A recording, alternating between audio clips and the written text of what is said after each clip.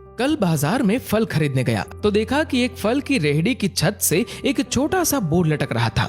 उस पर मोटे अक्षरों में लिखा हुआ था, घर पर कोई नहीं है, मेरी बूढ़ी माँ बीमार है, मुझे थोड़ी थोड़ी देर में उन्हें खाना, दवा और टॉयलेट कराने के लिए घर जाना पड़ता है।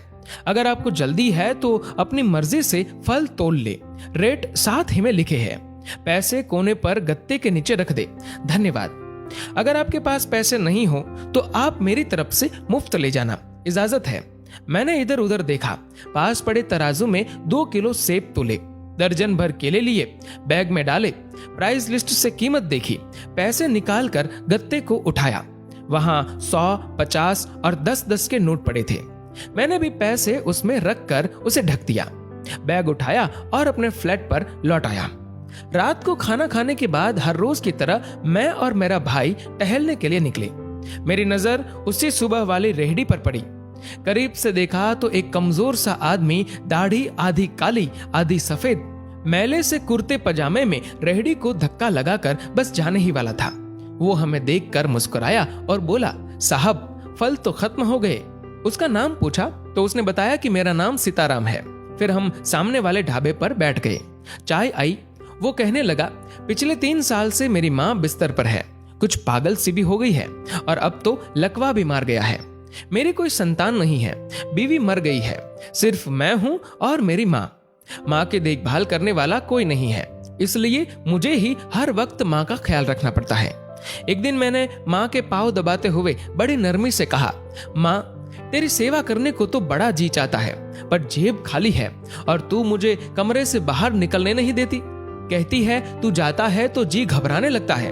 तू ही बता मैं क्या करूं, न मेरे पास कोई जमा पूंजी है। ये सुनकर माँ ने हाँफते कांपते उठने की कोशिश की। मैंने तकिए की टेक लगवाई। उन्होंने जुर्रियों वाला चेहरा उठाया, अपने कमजोर हाथों को ऊपर उठाया, मन ही मन राम जी की स्तुति की। फिर बोली, तू रेहड़ी वहीं छोड़ाया कर, हमारी किस्मत में जो होगा हमें इसी कमरे में बैठकर मिलेगा। मैंने कहा, माँ क्या बात करती हो, मैं रेहड़ी वहां छोड़ाऊंगा तो कोई चोर उचक्का सब कुछ ले जाएगा। आजकल कौन किसका लिहाज करता है और बिना मालिक के कौन फल खरीदने आएगा। माँ कहने लगी, तू राम का नाम लेने के बाद रेहड़ी को फलों से भरकर छोड़कर आ जाया कर, ज्यादा बकबक मत कर, शाम को खाली रेहड़ी ले आया कर। अगर तेरा 1 भी रुपया गया तो मुझे बोलियो। 2.5 साल हो गए हैं भाई साहब, सुबह रेहड़ी लगा आता हूँ, शाम को ले जाता हूँ। लोग पैसे रख जाते हैं, फल ले जाते हैं, एक धेला भी ऊपर नीचे नहीं होता, बल्कि कुछ तो ज्यादा भी रख जाते हैं। कभी कोई माँ के लिए फूल रख जाता है, कभी कोई और चीज। परसों एक बच्ची पुलाव बनाकर रख गई, साथ में एक पर्ची भी थी जिसमें लिखा था अम्मा के लिए। बीते हफ्ते एक डॉक्टर अपना कार्ड छोड़ गए, पीछे लिखा था, माँ की तबीयत नाजुक हो तो मुझे कॉल कर लेना, मैं आ जाऊंगा। कोई खजूर रख जाता है तो कोई कुछ और खाने की चीज। रोजाना कुछ न कुछ मेरे हक के साथ मौजूद होता है।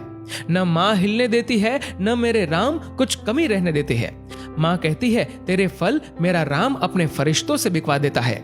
आखिर में इतना ही कहूंगा कि अपने माँ बाप की खिदमत करो और देखो दुनिया की कामयाबियां कैसे हमारे कदम चूमती है।